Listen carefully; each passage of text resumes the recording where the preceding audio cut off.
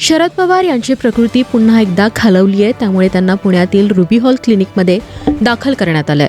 प्राथमिक माहितीनुसार शरद पवार यांना काहीसा अशक्तपणा जाणवतोय.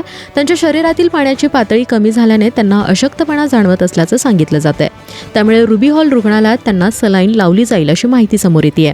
मागील आठवड्यातही शरद पवार यांची प्रकृती बिघडली होती, त्यामुळे याच रुग्णालयात त्यांच्यावर उपचार सुरू होते. डिस्चार्ज मिळाल्यानंतर त्यांनी पुन्हा कामाला सुरुवात केली होती, मात्र त्यांना पुन्हा थकवा जाणवू लागल्याने त्यांना आता रुग्णालयात दाखल करण्यात आलंय. विधिमंडळाच्या अर्थसंकल्पीय अधिवेशनाला सोमवारपासून सुरुवात होतीये. मात्र या अधिवेशनात विधानसभा आणि विधान परिषद अशा दोनही सभागृहातील विरोधी पक्षनेत्याची कमतरता जाणवणार आहे. संख्याबळाचे कारण देत विधानसभा अध्यक्ष आणि विधान परिषद सभापतींनी विरोधी पक्षनेत्यांच्या निवडीला मान्यता दिली नसून नजीकच्या काळातही याबाबत निर्णय होण्याची शक्यता नाहीये. 15व्या विधानसभेचे पहिले अधिवेशन डिसेंबर 2024 मध्ये पार पडलं.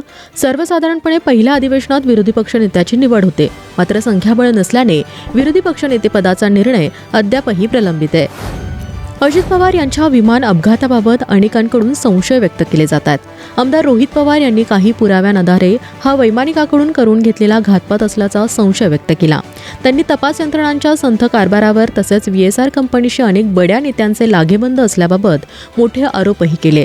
यानंतर आता बारामती तालुक्यातील लोणी भापकर या गावाने अजित पवार यांचा अपघात नसून घातपातच झाल्याचा संशय असून शासनाने लवकरात लवकर तपास करावा म्हणत आज गावबंदची हाक दिली आहे. तसेच अजितदादांच्या विमान अपघाताची सखोल चौकशी व्हावी यासाठी गावकरी निवेदन देखील देणार आहेत. सध्या रमजान सुरू असून मुस्लिम समाजासाठी हा महत्त्वाचा महिना मानला जातो. या महिन्यात महाराष्ट्र सरकारने काही विशेष सवलती द्याव्यात अशी मागणी समाजवादी पार्टीचे नेते अबू आझमी यांनी केली आहे. मी मुख्यमंत्री देवेंद्र फडणवीसांकडे रमजान महिन्यात धार्मिक सवलती देण्याची विनंती केली आहे. रोजा आणि नमाज पठण करणाऱ्यांना दुपारी 4 वाजेपर्यंतच कार्यालयात काम करण्याची आणि त्यानंतर सुट्टी घेण्याची परवानगी द्यावी असं म्हटलंय. आंध्र प्रदेश आणि तेलंगणामध्ये धार्मिक सवलती अंतर्गत सरकारी आणि निमसरकारी कर्मचाऱ्यांना रमजान महिन्यात दुपारी 4 वाजल्यानंतर सुट्टी देण्यात आली आहे. फडणवीसांना मी विनंती करतो की त्यांनी महाराष्ट्रातही असा निर्णय घ्यावा जेणेकरून रोजा करणाऱ्यांना थोडासा दिलासा मिळेल असं अबू आझमी यांनी म्हटलंय. मुंबई पुणे एक्सप्रेसवेवर 3 फेब्रुवारी रोजी खोपोली परिसरात गॅस टँकरचा अपघात झाला होता. या घटनेनंतर तब्बल 32 तासांपेक्षा अधिक काळ हजारो प्रवासी अडकून पडले होते. असे असताना काही वाहनधारकांच्या फास्टॅग खात्यातून टोलची रक्कम वजा झाली होती. याच व्यवहारांची माहिती तपासून आता ती रक्कम परत करण्याचा निर्णय घेण्यात आलाय. तब्बल 1.2 लाख प्रवाशांना 5.16 कोटींचा टोल परतावा देण्याचा निर्णय घेण्यात आलाय. हा परतावा महाराष्ट्र राज्य रस्ते विकास महामंडळ मार्फत देण्यात येणार आहे. येत्या काही दिवसात संबंधित वाहन चालकांच्या फास्टॅग खात्यांमध्ये हे पैसे जमा केले जाणार आहेत. बीडच्या परळीतील व्यापारी महादेव मुंडे यांच्या हत्या प्रकरणाला 2 वर्ष पूर्ण झालेत, मात्र अद्याप त्यांचे आरोपी सापडलेले नाहीयेत. असे असतानाच आता महादेव मुंडे यांचा मुलगा ट्युशनवरून घराकडे येत असताना सोमेश्वर नगर भागामध्ये त्याला मारहाण करण्यात आली आहे. एका व्यक्तीने मुलाला अडवून तू कोणाचा आहे असं विचारलं, त्यावर त्याने मी महादेव मुंडे यांचा मुलगा आहे असं सांगताच त्याला मारहाण करण्यात आली. दरम्यान मारहाण करणारा बालाजी आघाव वाल्मिक कराडचा समर्थक असल्याची माहिती समोर येते. या प्रकरणी महादेव मुंडे यांच्या पत्नीने माझ्या मुलांना कराडच्या मुलांपासून धोका असून पोलीस संरक्षण मिळावे अशी मागणी केली आहे.